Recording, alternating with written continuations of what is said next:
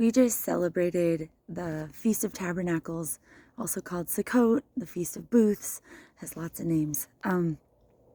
And one of the coolest things about this holiday that I have learned so far is that it is such a beautiful reminder that God, Yahweh, there's so many ways to say YH, WH, YH, VH, in the name of God that he gave the Israelites. He brought his people out of slavery. He warned them that it was going to happen because they stopped choosing him and stopped following his ways that they were given. And he pulled them out of slavery and then led them into the wilderness and took care of them. And he had them live in temporary housing, tents. And then he took some of the most creative people and taught them, led them, had them build a tabernacle, a dwelling place for his presence. And he was already leading them by a cloud by day and a fire by night, and keeping lots and lots of people warm in the desert and led by him. So he built this really cool tabernacle. It's temple. It's his dwelling place. And the coolest part about this is they could pick it up and travel with it. And so sometimes they stayed somewhere for a year or two. Sometimes they picked up and after a day, a month, a couple days, a week, and went all over the place and got used to setting it up, tearing it down. And they would wake up and the presence of God would be lifted from that space. So they would pack up and then go where he was. And fast forward, he sends his son to dwell with us. So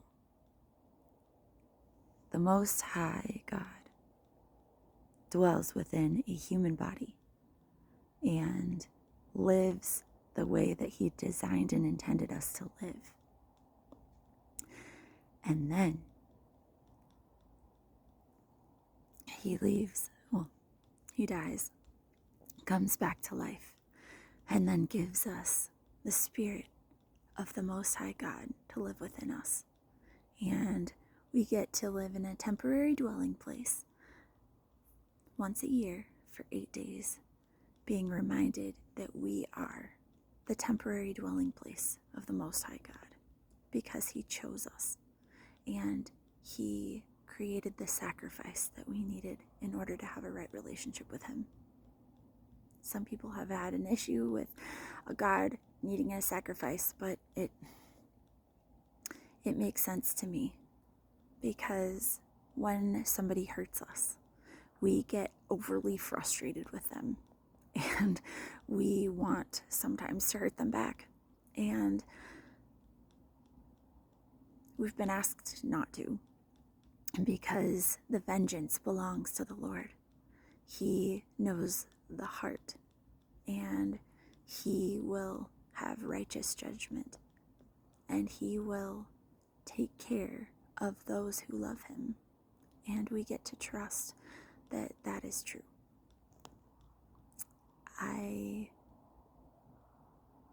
My prayer is consistently that we choose to know him and love him deeper every single day. And regardless if we understand why we've experienced the things that we've experienced in our past, or why people have hurt us. Hurt people tend to hurt people, and we get the gift of forgiveness from him when we've chosen to hurt others. And sitting in this temporary dwelling place has now consistently reminded me that we are not here forever. We are living this life right here, right now for a reason. And if I get to extend grace and mercy and forgiveness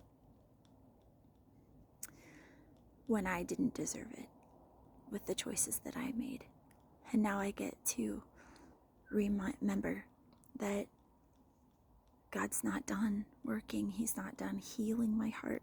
He's not done encouraging the people around me. What better reason to live. And what better reason to pour out into our current state? What better reason to tell the person next to me that they matter? Is it worth it? Because some of us don't make it to tomorrow. Some of us don't make it through the next 24 hours. And I do not ever, ever, ever want to go another second of another day without somebody that I get to talk to, knowing 100% that they matter, that they're worth it. Because it's true. You are worth creating for 9 months inside of a mother's stomach. You are worth surviving birth. And you are worth the effort of not letting you pass by without truly knowing that you are seen and that you are loved.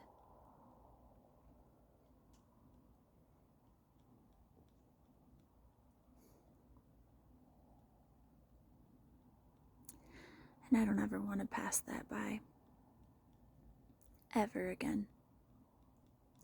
And if YouTube is one of the places where people are looking for validation and acceptance, you know what?